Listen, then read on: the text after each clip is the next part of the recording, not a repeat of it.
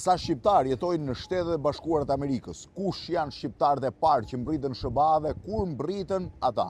Sipas të dhënave zyrtare të censusit amerikan, në shtetin e New Yorkut janë, pra këtu ku jam unë aktualisht, jam në avenyn e 6, mos gaboj, Avenue of Americas, në fakt që quhet, jetojnë rreth 35.000 vetë që deklarohen të lindur në Shqipëri, Kosovë, Maqedoni apo Maltëzi me etnitet shqiptar, pra me komsi shqiptare. Ndërkohë që numri i shqiptarëve, duke përfshirë dhe ata që kanë lindur në New York, ose që janë brezi i dytë dhe i tretë i emigrantëve të vendosur në Shtetet e Bashkuara të Amerikës, numërohet midis 150 dhe 200.000 vetë, që e konsideron komunitetin shqiptar në raport me numrin e vendeve prej nga vinë shumë të lartë në shtetin e New Yorkut. Po sa është numri i shqiptarëve në gjithë Amerikën dhe cila është historia e tyre? Deri më sot mendohet që në Shtetet e Bashkuara të Amerikës ka një komunitet prej rreth 350.000 shqiptarësh të shpërndar në të gjithë territorin e saj, nga Alaska, insistoj, nga Alaska, ku ka një komunitet të shqiptarëve të Maqedonisë shumë kompakt, e deri në Hawaii, nga Florida deri në pjesën e Kalifornisë. Por vendet me më shumë shqiptar, pra vendet ku grumbullimi i shqiptarëve është më i madh, është New Yorku i pari, është Bostoni i dyti, Michigani i treti dhe më pas vijojnë shtetet tjera amerikane. Po cila është historia e komunitetit shqiptar dhe emigracionit shqiptar në Shtetet e Bashkuara të Amerikës? Tash, unë jam në Avenyn e 6, një prej avenyve më të rëndësishme të New Yorkut dhe një prej avenyve simbolike të tij. Praktikisht, shqiptarët e parë mbritën, ose shqiptari i parë, mbriti në fund të shekullit të 19, sipas të dhënave zyrtare, në vitin 1984, një shtetas i Perëndorisë Osmane, me origjinë nga fshati Qytez, ose Katund i Korçës ose i Ersekës, pra i Kolonjës, sot është një debat midis tyre, mbriti për herë të parë në Amerikë. Koli Kristofori, pra shqiptari i cili vinte nga Perëndoria Osmane, por që u regjistrua si shqiptar, është i pari i regjistruar me origjinë shqiptare në emigrant në Shtetet e Bashkuara të Amerikës. Përpara tij, diku në fillim të shekullit të 19 deri në mes të shekullit të 19, gjurmët e para të prezencës shqiptare janë komunitetet arbëreshe, të cilët u vendosën fillimisht në New York dhe më pas në shtetet e tjera amerikane. Por arbëreshët vinin nga Italia, kuptohet, dhe nuk ishin lidhje drejt për drejt me Shqipërinë. Por emigranti i parë, sikur se thash, drejt për drejt shqiptar, është Koli Kristofori. Koli Kristofori u vendos në zonën e Bostonit, ai punoi në industrinë e tekstilit dhe u rikthye sërish në Katund, pra në fshatin e tij, për të marrë dhe një numër tjerë shqiptarësh dhe për t'i risjell në Shtetet e Bashkuara të Amerikës. Në vitin 1906-1908, një komunitet prej rreth 15.000 shqiptarësh, 15.000 shqiptarë, 10 deri në 15.000 shqiptarë kishte hyrë në Shtetet e Bashkuara të Amerikës duke pasur pasaporta të Perëndorisë Osmane, por duke u deklaruar me komsi shqiptare. Ata ishin vendosur në zonën e New Yorkut, pjesa më e madhe në zonën e Bostonit, Westchesterit në Boston, në New York dhe në Chicago.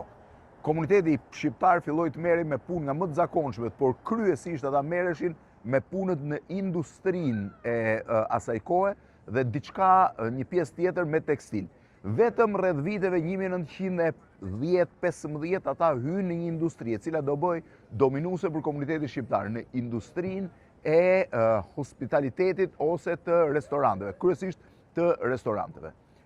Në vitin 1908 u krijua Federata Vatra, e para dhe më rëndësishmja shoqatë shqiptare, e cila ende sot prej 118 vjetësh vazhdon të jetë aktive. Madje në vitin 1920 Vatra dërgoi vullnetar për luftën e Vlorës, ajo luajti një kontribut në shpalljen e pavarësisë së Shqipërisë dhe në parlamentin e parë shqiptar Vatra kishte deputetët e saj, deputet të parlamentit, të cilët përfaqësonin shqiptarët e Shtetet Bashkuara të Amerikës. Roli i shqiptarëve të Shtetet Bashkuara të Amerikës ishte jetik për ekzistencën e shtetit shqiptar në atë kohë. Madje Noli i dedikon një varg të famshëm Bau nëno mos ki frikë se ke djem në Amerikë. Noli u bë shqiptari më i famshëm i Shtetet Bashkuara të Amerikës, i njohur në Shqipëri. Ai mbriti këtu në fillim të viteve 1900-1908 u dorëzua prift, krijoi kishën e parë autoqefale shqiptare dhe u bë një nga themeluesit e Vatrës. Bashku me të ishte edhe Faik Konica, po ashtu një prej shqiptarëve më të famshëm, i cili përveç të qenit përfaqësuesi i Vatrës dhe i gazetës Dielli, e cila është gazeta ndoshta më e vjetër ende ekzistente sot në Shqipëri, që prej viteve 1900, fillimit 1900-s, pra ka kaluar një shekull. Faik Konica u bë dhe ambasadori i parë i Shqipërisë në Shtetet Bashkuara të Amerikës në kohën e mbretërisë së mbretit Zog.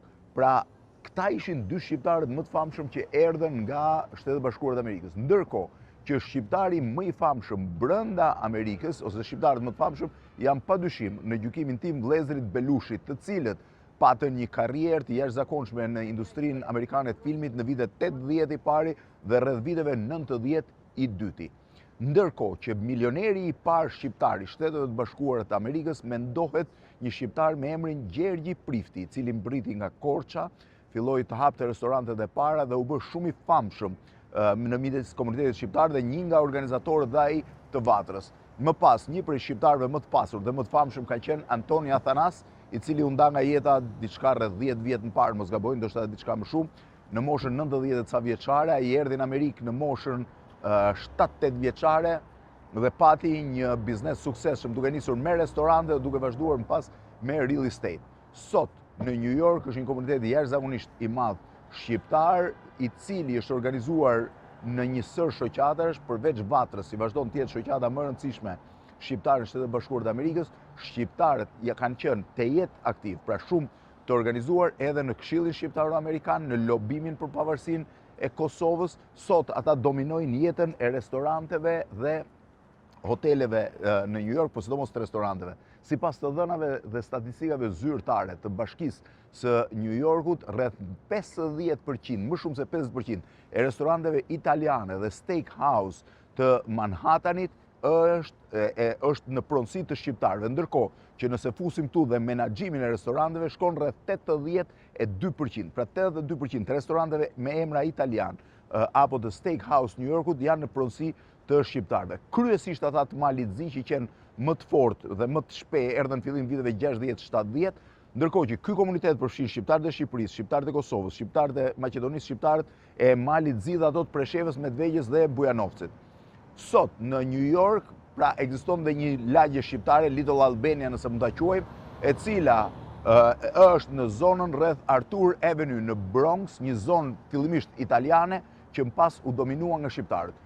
Bronx është një nga lagjet e New Yorkut me numrin më të madh të shqiptarëve, ndërkohë që në Manhattan ata kanë pjesën më të madhe të bizneseve të tyre. Sikur se thash edhe një herë, shqiptarët janë një komunitet i rëndësishëm në Shtetet Bashkuara të Amerikës dhe janë një komunitet që ka luajtur rol të jashtëzakonshëm në të gjitha eventet historike të shqiptarëve në Shqipëri, Kosovë apo Maqedoni. Nga Manhattan i New York.